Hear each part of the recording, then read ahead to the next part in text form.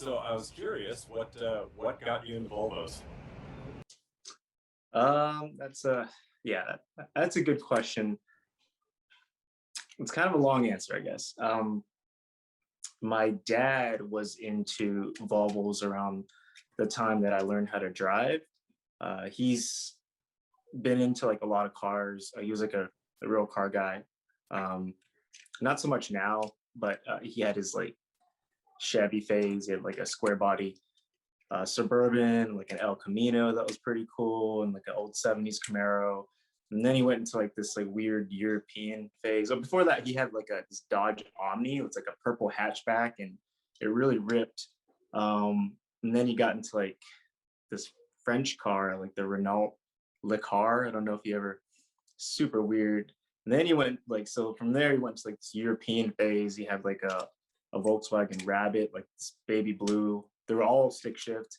And then he got into Volvos, and like he had like three of them. It was a blue 81 wagon and then two 82 red sedans. And that's and a white 88 240. So my sister is older than me. She got the 88 because that it was like her choice. And it turns out 88 is like really awesome. Right now, it's probably still like one of my favorite years as a daily driver, just because it's like simple enough to where, like not a lot of stuff goes wrong, but it's like advanced enough to where like, you don't have to like mess with the carburetor. You don't have to try to tune K-Jet. It's just basic. It's like really bare bones basic, and I like that. Anyways, she took that one. And then I guess it was my turn. So he gave me his wagon. It was this rusty blue 245, and it had the B21F, and it was K-Jet, so it was really finicky. It would always like leave me stranded when I go out to like shows or whatever. It had the 3-speed automatic transmission, the BW55. So there's no overdrive, so it's just like a city cruiser. Like probably wouldn't want to take it on the highway type of thing. Anyways, yeah, I had lots of fond memories, and it was really cool. I wouldn't actually, I wouldn't get another wagon until like maybe 20 years later, I think, because they were all sedans after that. Anyways, it was his car, so he upgraded to, I think he started just driving his Suburban again, but he upgraded basically, and he gave that to me. And it was basically, if you want to learn how to drive, you have to learn how to fix it. And he just threw some tools at me, and essentially I had to learn how to keep the car going and do maintenance and stuff like that. He'd help me out, but that's essentially the gist of it. My sister didn't have a lot of stuff going on with her car, so she didn't get a lot of garage time, but I did. And then one day it was under his name. I'm just like a teenager, and one day he just sold it like to like a coworker that needed a car, and he was like, oh, he needed it more than you. And so my mom gave me hers, which was like a red 82. And then I don't know, it never ran right. Oh, no, wait, hang on. Sorry. My dad actually gave me his 82. We had two red 82s. He gave me his, and it never ran right. So he sold that one. And then my mom was like, here, you can drive mine. And she had the nicer 82. And that's one I still have, but it's kind of like my special car I keep in the garage and all this stuff. So yeah, and then that was it. It just kind of like, it was like the right moment of my adolescence where I just kind of like molded my identity around it. And I don't know. I guess that's the short reason, is that like my dad kind of made me. Yeah. Awesome, awesome. So that answers my second question is what was your first Volvo? So it sounds like you got an 88 wagon, if I heard correctly, and then 80, the 82. yeah, the first one was the 81 wagon, and then my second one, and I guess it's technically my first, because this is the one that actually put in my name and everything.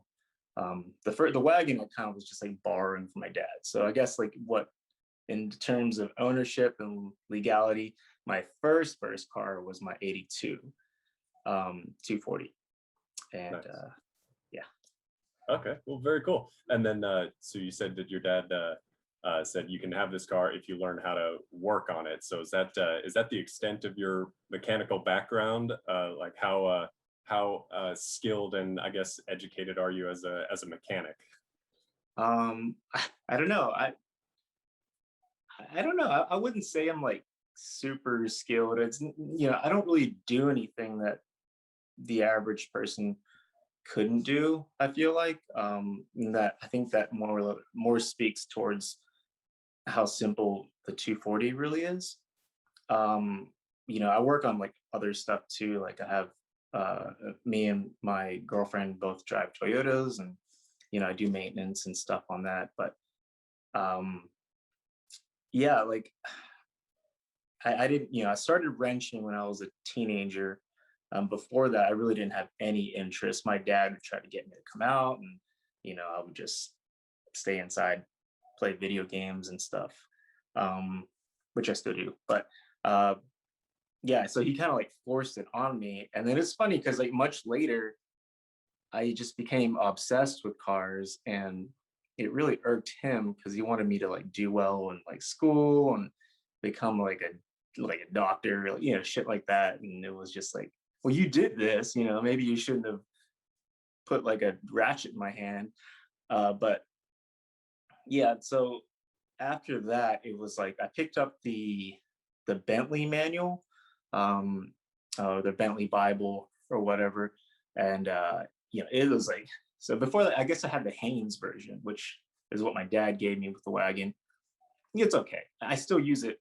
It has like a lot of cool, like a lot of torque specs, and it fills in the gaps that the few gaps that the Bentley has. So, I like the Bentley, but there are like some typos in it, I think, and there's areas where it's like it just skims along and doesn't tell you the torque specs and stuff. But yeah, so then after that, I bought the Bentley from IPD, and I discovered IPD, discovered Turbo Bricks, which is like the premier rear wheel drive, the Hoopty website, and yeah, basically just I guess self taught, uh, internet and books and stuff. Awesome. So of your resources for parts and replacement bits, what would you rank your top sites to order from? Site, oh man, I don't know. I don't want to make any enemies or anything. Um, uh, so I guess like I like used parts a lot. um, I think at first it was just because I'm like cheap or frugal, or like I was poor. But the junkyard really had like such good stuff. Like, and I still have like a bunch of stuff that I just have got from the junkyard. Um, Also, like new parts, I think for 240s don't necessarily mean quality. Um, Even from the dealer now, everything's like outsourced to other countries, so the quality control isn't as great. Like take strut mounts, for example. You can get them from the dealer and pay like the dealer premium, but they'll still fall apart in like a matter of months. Um, and then, of course, if the dealer's not maintaining quality, then aftermarket stuff probably isn't going to either. And I haven't really found a lot of good, um, replacement strut mounts, the replacement rubber ones at least. But the ones I pulled from the junkyard that are like, from low mileage 240s, uh, they last. They just, go and go, even though, they've been on several cars. Uh, I guess clutch cables are another thing. You can get them from the dealer, but they all have that plastic. There's like a plastic end piece for the clutch adjustment, and it's plastic and it's threaded, and it'll strip out. And I've had them strip out before, and the old original metal sheath ones are like they're just really stout, and so I use all these old clutch cables in my cars whenever I do like a manual swap. That's because it's hardier, and as long as the cable's not stretched out, it works fine. So I guess like the junkyard is probably still like one of my favorite places to go. IPD, has like a lot of good stuff, and they were like, kind of like the OG. So there's like a lot of loyalty there with them, um, and the prices are like competitive. Like I think the joke was like for a while, like IPD stood for like I paid double or whatever, and but like if you look at it, they're like just like $1 more or something than FCP. Um, FCP Groton, it's like another or Groton, I'm not sure how you pronounce it. It's another good place to get parts. I have a lot of stuff from them, and then of course there's like Rock Auto, which is like, um, it's just, yeah, you might not get what you ordered, or like they might be out of stock. Yeah, I think it's like just like clearance stuff for parts stores. So it's just kind of a hit or miss. Sometimes they don't even have what you're looking for, but um, not really a ranking. Just I guess like a list of places where I get stuff. Nice. And now, so in your recent YouTube videos, I've been seeing you're restoring a couple of 242s. Yeah. So what inspired you to restore these particular cars as opposed to your wagons or something like that? I don't know. I think it was always like this like rare unicorn to get the 242. I'd only had sedans until like, I don't know, I think it was like it's like mid-20s, and I got like my first wagon after my first wagon. So like the sedans were the four doors. I get like technically a 242 is still like a sedan. It's like a two-door sedan, but anyways, I had like the four doors. That's all I had for a while, and they were cheap and they were abundant. So I'd always have them, and then I finally got a wagon, and then all of a sudden they started showing up, and then the one that I hadn't gotten one was the 242, and I'd just never gotten one before, and I always wanted one. And then my friend, he had one in storage for like a long time. It was like an 82, and he never got it running, and he sold it to somebody in San Antonio, like a mutual friend, for like I think $500 or something, and he kept it, and then he never got running, and I think he started to work on it, but he had like a lot of other cooler projects. He had like a LS1 swapped wagon, 245, a really clean 244 sedan, like just like other cooler stuff. So he let it sit, and then they got hit by a hailstorm. It kind of like dented up the car. Before that, it was like this original 242, and anyways, they like shattered the windshield and everything. And he hits me up and he's, "Hey, you still want it?" And I said, "Sure." I go and tow it back, and that was like my first two-door. And there's like little differences about it. All the dimensions are like the same as the four-door, but just like little quirks and stuff that are different. And I fixed it up, and I got sold it, and then I didn't want to sell it, but you find out really quickly they're like just not practical. The doors, like I guess most two-door cars are like super long, so if you in a tight spot, it's like you don't want to ding someone, and it's like hard to open the door all the way. I was my girlfriend was like pregnant with our first kid too, so it was the idea of like having to put this giant car seat in the back, and it was just they're not practical, like not like a wagon. There's not like storage space. I don't know, it was just I was like, oh well, I'll just get rid of it, and then I sold it, and another one came up for sale at like a later date, like I think a couple of years later, and I was like, okay, I'll pick it up, and I fixed that one, and then while I was fixing it, another one came up. It was like the wagon thing before. It was like at first there was like zero, or they would go, and then I kept like running across them, and I guess I was just compelled to like, oh well, I'll just, you never know, because like there's like, they have like specific glass and specific doors and the specific interior panels and stuff, like the back panels that go around the back seat. And I was, you can never have like too many spares, but they all turned out to be like really decent shells, like not parts cars.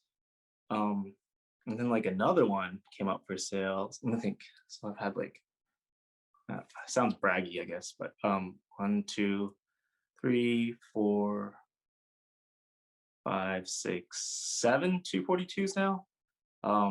And I think I've sold like two of them, so I still have five, right? Yeah, but yeah, they just kept popping up, so I was like, okay.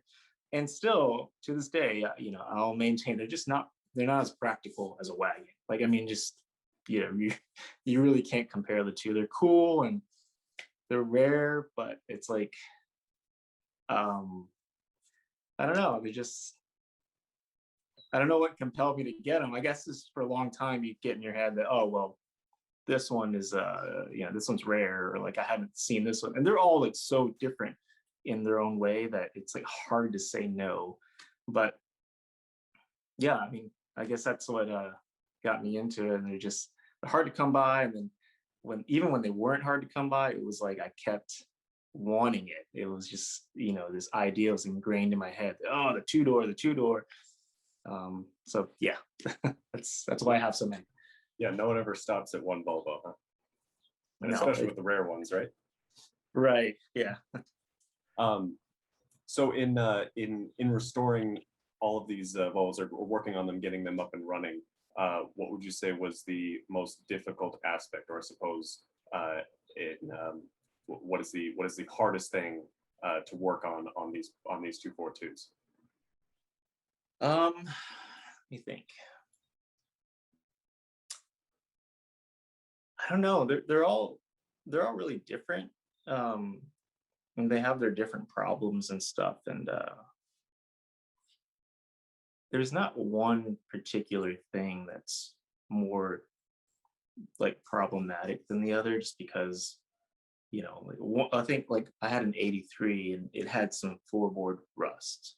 And that was the issue for that car. But then, my 82 didn't have it, even my 75 didn't have it. So like, but the 83 ran like a champ. It was like awesome. And then my 75 has like a little stumble sometimes, and they're just like, they're also different. Yeah, I guess like the biggest hurdle right now is like K-Jet. I probably should have learned it back when I first got into Volvos, but it was like so easy to like just get into like the fuel injection stuff. You can swap your K-Jet 240 to like LH 2.2 like super easy. Um, it's like a couple $100 in parts, if that, and it's just really reliable. But yeah, I'm starting to like get into like the idea of K-Jet. It's like this ancient fuel injection system, and it was used in a lot of other cars too, which was uh, um, pretty interesting. Like prestigious cars like Porsches and shit. When it's like, maybe I should give it another shot. And I picked up some K-Jet tools, and I want to like learn about it, and maybe make a video about me trying to tune shit and stuff. But yeah, I mean, I don't know it very well. So if I had to pick, I'd say like probably K-Jet is the bane of like most people, most 240 people. But people that like they run, if they're familiar with it, or they have the tools and they run it, they love it.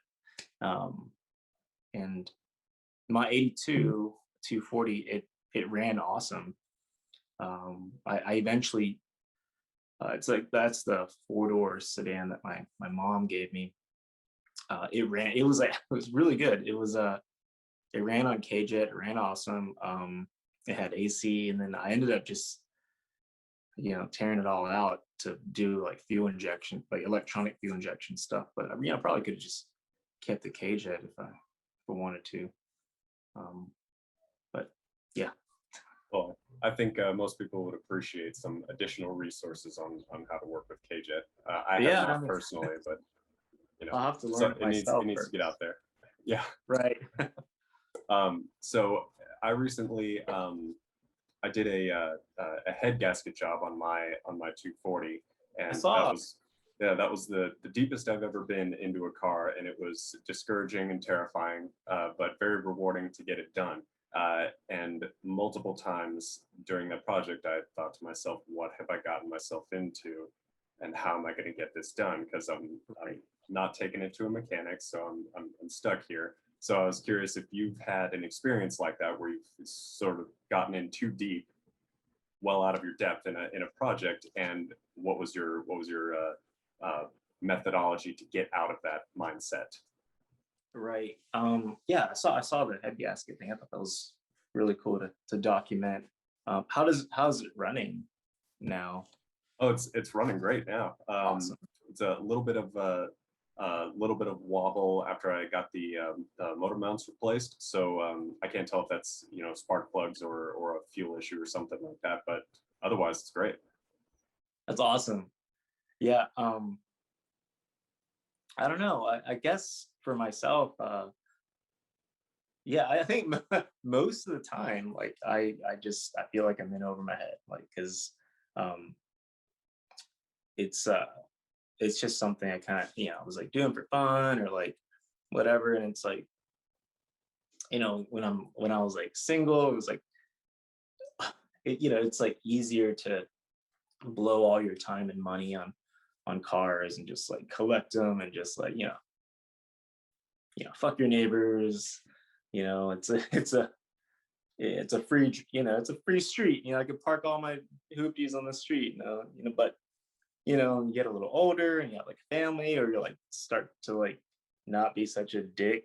You're like, oh well, I don't want to piss off my neighbors or my wife or my girlfriend, or I don't want my family to ostracize me because I'm an asshole. So everything now takes forever for me. Like it's like um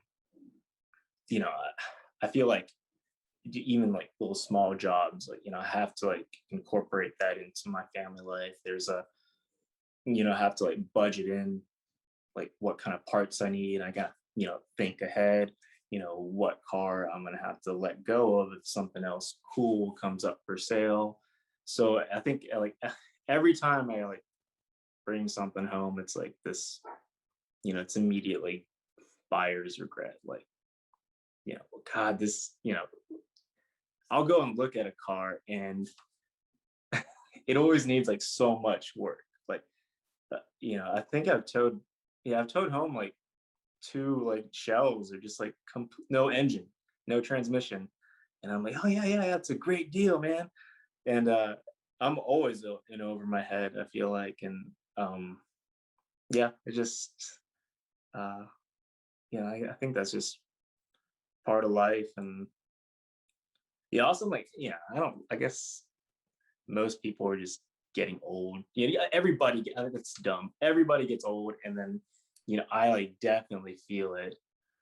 Um, gone are the nights where I'd like stay up all night and wrench. There was like this car show in Dallas. It was like a 3.5 hour drive from Austin, Texas, where I live. And um, we, but so me and my friends used to like go to all like the Texas Volvo car shows and stuff. And it's been a while since I've been out to one, but it was always like, yeah, let's go, let's go. And then the night before, everybody wants to like work on their car. Like I don't, and then you're just like burning I think it's like burning the midnight candle. I don't know what the saying is, but we just stay up all night working on our cars and then, drive up to this car show with like 1 or 2 hours of sleep or something and, just function completely fine. And it's like, dude, I can't do that. I can't do that now. Like I couldn't do that before I was a dad. It started to hit you. It's like weird. It's like, I don't know.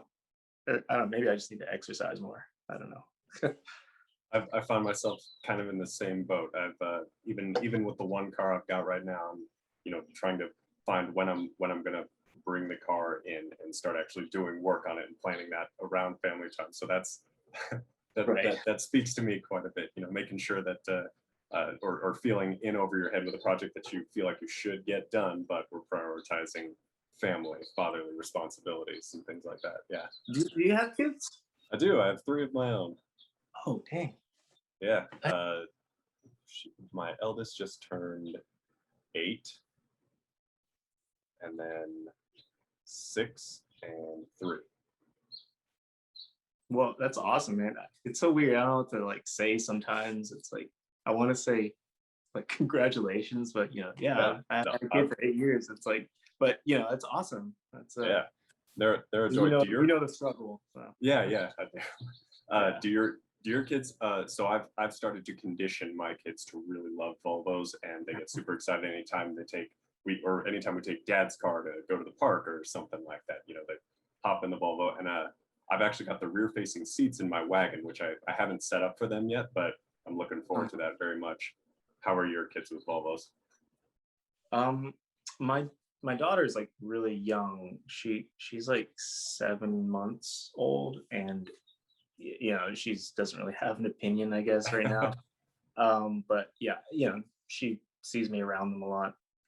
My son is he turns 4 this year, and he's into it. So he knows like which ones are mine, which ones are his mom's. Like he likes like all like the Pixar car stuff and the Hot Wheels, and you know, I don't know. He likes like I'll play like video games, and um like I don't know. He'll watch me play like GTA, but I can't do any of the missions because like all they do is like curse and like kill people. But just joyride around Liberty City, or I'm not sure which city it is. Like whatever city it is in GTA 5. It's like based in LA or what. I'll just joyride around, and you'll be like, he's always into. He's hey, can I watch you play GTA? Which makes me sound terrible as a parent. But he'll go and hang out with me out in the outside or in the garage, and he just he's got like little play tools and stuff, and I don't I I think my partner thinks I'm like she thinks I'm like conditioning him, like like you said. But I just want to spend time with him, and if he's not into cars, it's like whatever. He'll get into something, and Yeah, as long as as long as your kids are into something, I feel like that's the most important thing. And they're not like just lost. But yeah. like if I had to pick, I'd probably like steer him away from cars just Oh because yeah, of how it's like it's made life difficult. It's I envy people that just can just pick up a car note and whatever. Like I'll take my car to Jiffy Lube, and or just trade have it in them every ruin the like car you what? and have them ruin the car. Oh yeah, I mean like I don't have to you know invest like thousands of dollars in tools. Like I have a press, like I like use that thing once a year, maybe once every 2 years. But I don't know, just it's a big investment, and it's like big time suck, and it's like you get dirty. I think like everything on a car, like all the liquids at least are like carcinogenic. It's like, they're not like environmentally like the best thing. I guess you keep an old car running, but I feel like, man, I don't know. I feel like, if my kid was like, yeah, into sports, maybe he can at least go like college on a scholarship or something if he's Yeah, good. But oh yeah, I'm good at fixing Volvos. You don't really get it's not really you don't really get awards for that shit. it's a hobby that doesn't give a whole lot back, is it? Not really. Yeah, you have to really like it, I think.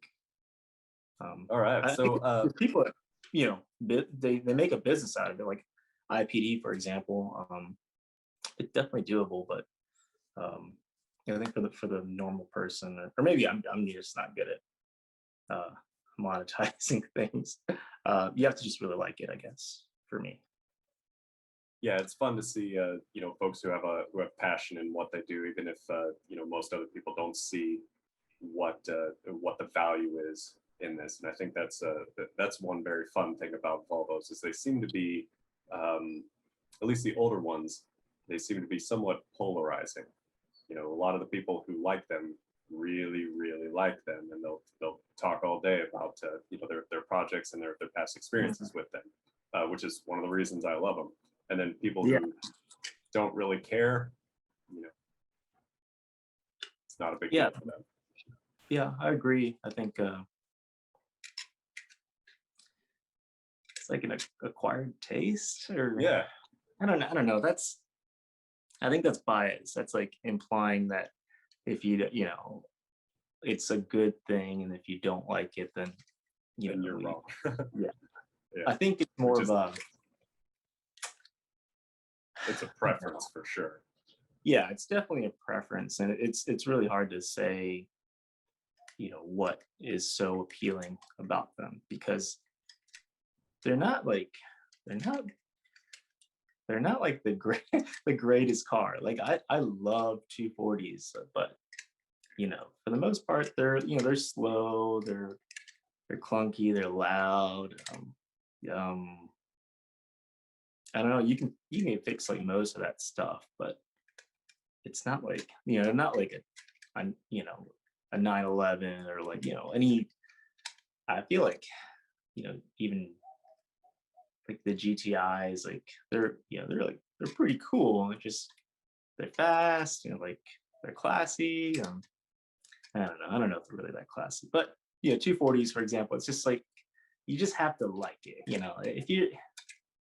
If you're like driving around the 240 with like no AC, and it's like automatic, slow as balls, and like flaking clear coat, it's like if you don't like it, then you just gotta sell it, because it's miserable if you don't like it. But people that like them, it's like, well, this is just part of the ownership, and it's like a badge of honor. And it's hard. It's not. I can't explain it.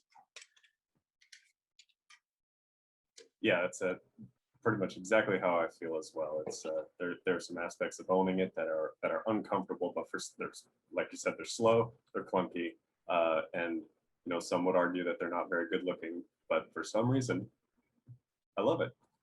Yeah, yeah. I mean, like they aren't like the best styled car. They're like boxy, but they're not boxy enough, I guess. Like the 740 is probably like a lot boxier, like the Scion XB, and then they're kind of curvy, but they're not curvy like the old Amazons or like the 1800s and stuff. It's kind of this in between, and then like if you stare at them, you're like, oh well, it's weird, because like I think it's a European car when the back fender is like lower, so that's something that all the 240s, like the back fender sits like lower. So if you like lower the car exactly, the back is always going to tuck more tire. And it's weird if you like they have the butt cheeks in the back where you put the spare tire. And I don't know, I like all that stuff. I guess people, they have huge bumpers, like the commando bumpers, are like they just stick out so much. And I think the wagons, when they got into like the later wagons, I think like the 93s, they stick out like a lot too. And it's all like, I think, a safety thing, but people hate the big bumpers. They're like, oh, yeah, compress them, and put drill out the bumper shots and put them into the body.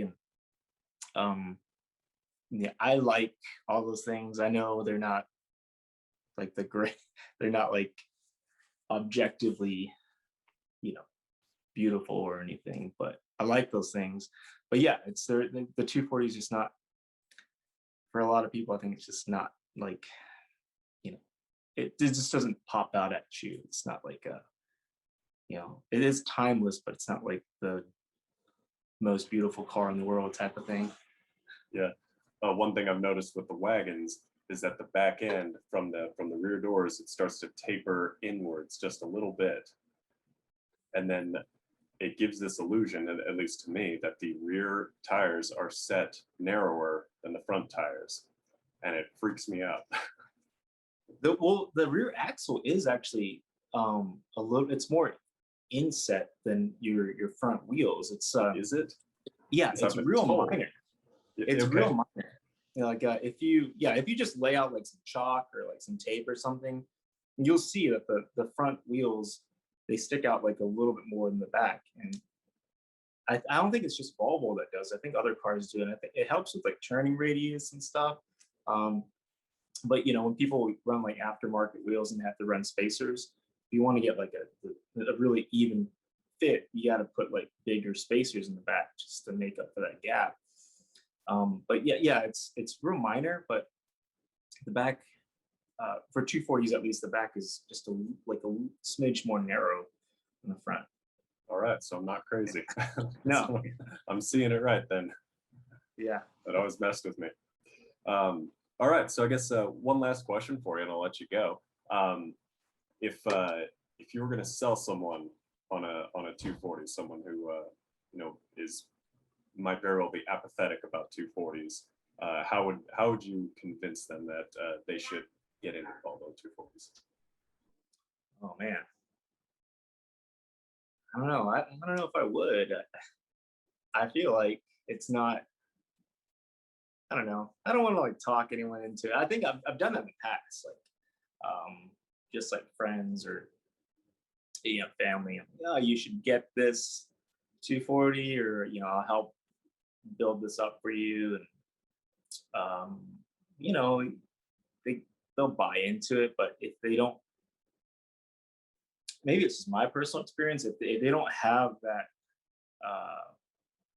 that deep love for it, it's they'll start to resent it pretty quickly, because all the stuff you like about it is also like sometimes terrible, I guess. And I don't know. I don't know if I would want to talk anyone into it. They're cool. I love them. I've had like, I don't know, I've had like over 20 at least. I haven't really sat down and counted them, but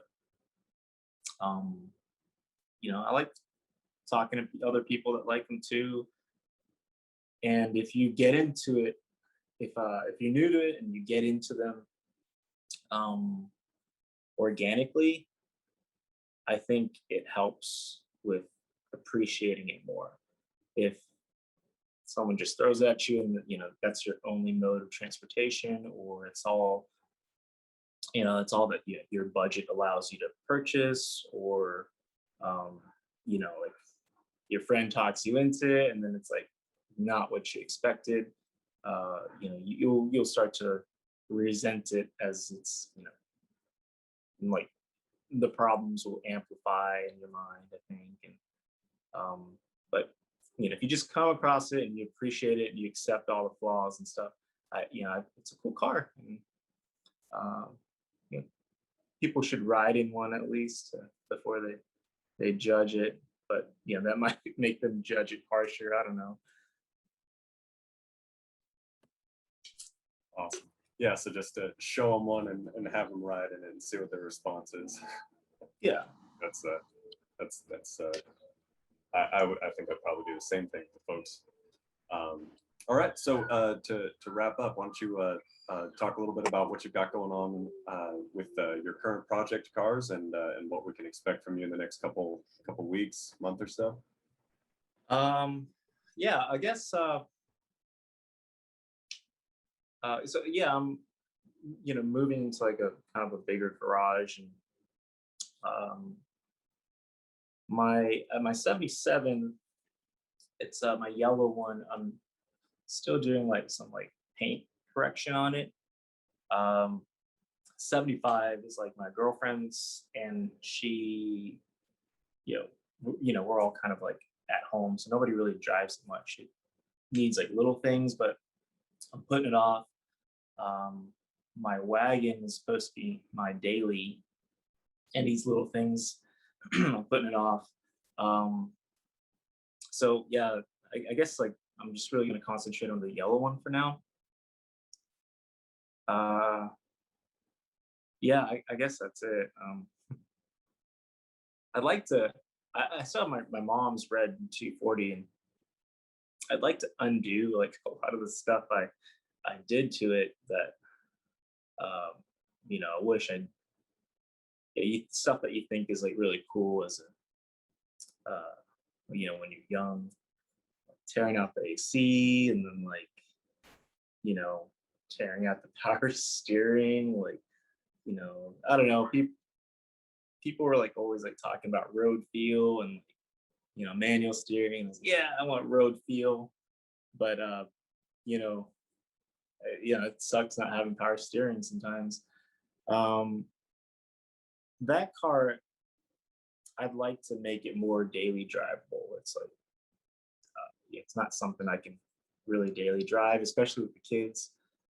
Yeah, I tore up like a lot of the interior. I didn't trash most of it. It was just kind of like, oh well, this is going to be my race car, and then I used all the stuff like seats and door panels for other projects I had because it was sacrificial kind of. So it never didn't go to waste, but now I realize like I don't want to race this thing, because yeah, I don't want to crash it, and then also I don't have time to race, and it's like a huge investment, and you know now I just never drive it. It's not good for anything.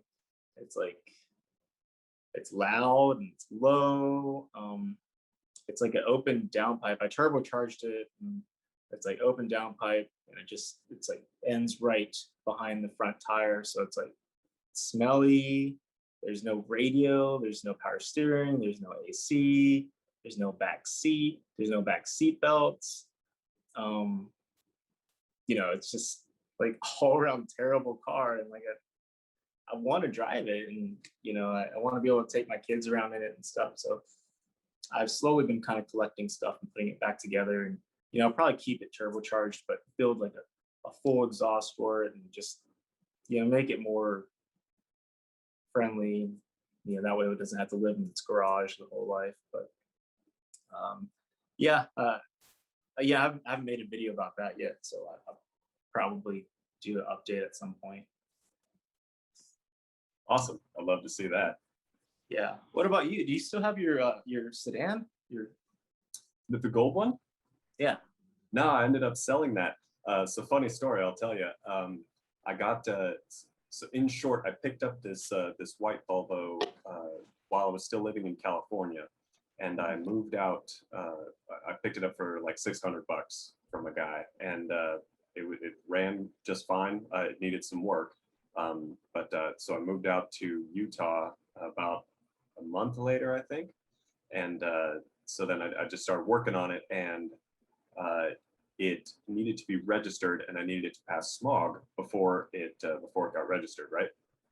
And so in the meantime, I found the gold sedan, and I picked it up for parts, right? So I pulled the grill off, a turn signal, the passenger seat, because the passenger seat in my wagon was missing. Was like missing the seat, yeah. Yeah, so I did that, and it turns out that was I think that was an '89, and it was actually quite fine. I put a new battery in it, and the guy who sold it to me didn't have the keys for it, so I had to get it rekeyed. But once I got it rekeyed and put a new battery in it, it fired right up and drove just fine. Ended up needing a new radiator, and after that, I just did. I think I did one other project on it, which was the round headlight conversion. Oh yeah. Which was pretty cool, and I think I'll definitely do that to my white wagon as well. But I did that, and then I was able to sell it to a guy up further north, and so I like that I was able to do that because I'm one of those that while I will utilize a junkyard, you always hate to see a 240 in the junkyard, right? It's yeah, kind of sad. Yeah. But yeah, so this that effectively saved it from the junkyard, as far as I know. It could be there now, but hopefully not. Yeah, it was. I like that one. That was I like the gold color, and I saw like the headliner was like all graffitied up. No, I know it's terrible. Yeah, it didn't look like you liked it, but I thought it was funny, man. That's awesome. Yeah, I like that cars have like that weird personality. Like I have a 240. It's like when it has like a block of wood that's like as a headlight spacer, and like I discovered it when I was tearing it apart to work on it, and I was like, yeah, I'm just gonna keep it there. That's like part of the car now, That's So where it goes. it's funny, like, and uh yeah, I mean that's cool.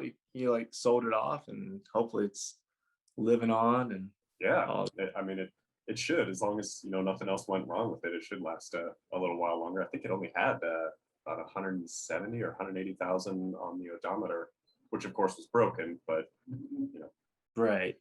It had a nice little stance too. I like the low cars. yeah, I'm a I big fan can't of tell. lowering mine.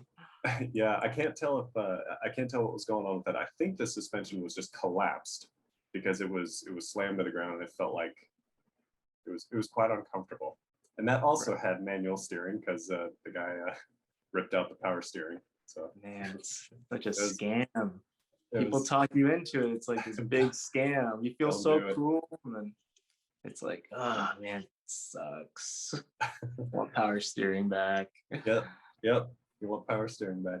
The only other complaint I had about that car was the guy put a K&N air filter in it, but Uh, not a cone filter, just in the airbox, and oh, and that frustrated me because I'm like, okay, this is clearly it's a high flow filter, which is obviously letting more particulates into the engine, damaging the engine.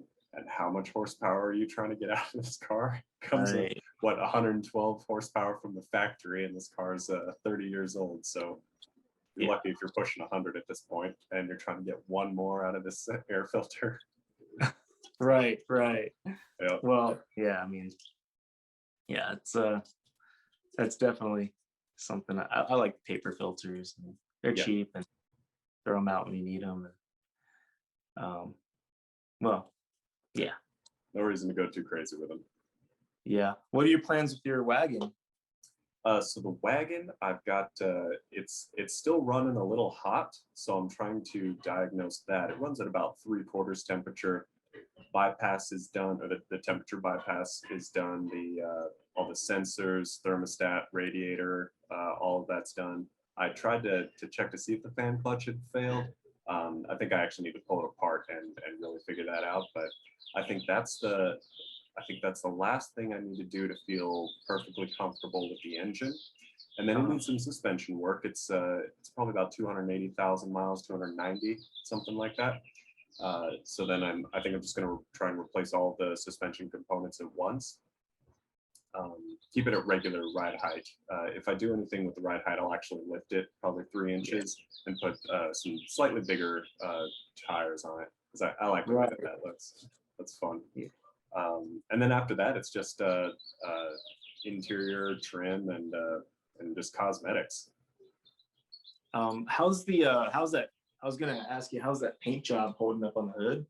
I saw that you like Rust-Oleum painted it, and Yeah, like I had considered that for like one of my other cars, but like just I went with like auto paint and just sprayed it. But it's such like a hassle, and especially now I think with like kids and stuff, I can't really like do that because it's like auto paint's like so toxic. But I was like, yeah, well, maybe in the future, spray painting is good because you can kind of split it up by panels and stuff. But yeah, I was just wondering how the hood is holding up. And yeah, it seems to be holding up perfectly fine. If you saw the video, so there's several spots that I'm not happy about, and I should have done a better job in preparation. But I feel like if I but had yeah, painted, it's like the weather you said, right? yeah, I The think that and one of the guys who commented said that some of my spots there might be from silicone. The little spray bottle that I was using to wash the hood down before I sprayed it was a leftover cleaning bottle, right? So there may have been some contaminants left in there that actually got onto the hood, and then the paint went down over it and separated, almost like like soap and yeah, it's like fish eyes kind of. yeah, exactly. Yeah. Yeah, so I think that contributed to it. But I think with a bit better preparation, put some primer down, and then I've got one big scratch on it that I should have thrown some Bondo in. But I got too excited that night. I just wanted to get it done. Yeah, So just get it done, man. yeah, I think, and it's been what, 6 months now, I think, and I've washed it a number of times. It's been out in the sun. As far as holding up, it's great, and for, I suppose, for the cost, you can't beat it. So Right. Interesting. Yeah, that's something I was worried about is like UV. I've spray painted stuff in the past, and it's like if it's not like color fast or like UV resistant, it's like I guess I don't know if the UV index is like higher in Texas or Utah, but certain paints just don't last here. So yeah, I'm always interested like to what kind of spray paints are effective and stuff, and it's always cool to like learn yeah, with. I watched a lot of YouTube on guys who use rattle cans to paint their cars, and I think the concern is the same thing.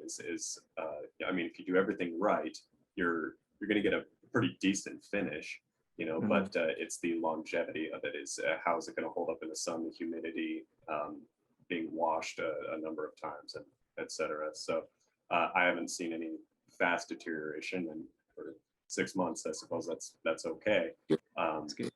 I think in retrospect, I probably shouldn't have painted the hood. I probably should have just tried to kind of go your route, preserve some of the some of the natural things that are going on with the paint and the body underneath. I probably prefer that, but it's a learning experience with this car, so I Yeah, continue with yeah. that. Sometimes you can't preserve it, and you have to, but um, yeah, like a lot of times I've been there, just like doing something and then realizing that maybe I should have done it differently, and then but this is part of it. It's like I said, my red car, it's like I wish I didn't do half the shit I did to it, but here we are, and you just got to move forward, I guess. But yeah, I don't know, for what it's worth, I don't think it's that bad. Uh, I I did find like this um place that sells like paint, like color matched paint in a Oh, rattle really? can. And I bought some. I haven't used it or tried it, so I can't like vouch for it. But yeah, that's something I want to see if like someday I could just like repaint a whole car with the exact color matched spray paint. That'd be awesome. That'd be worth a try for sure. Yeah. That's cool. All right, man. Well, I'm gonna head inside and get dinner with my family as well. Yeah. So Uh, yeah. It all was right, nice talking. Thanks for the invite. It was pretty absolutely. cool. Good to meet you, and I'll add you on Facebook, and we'll chat again sometime. All right. Yeah, for sure, man. Thanks All for your right. time, man. Later.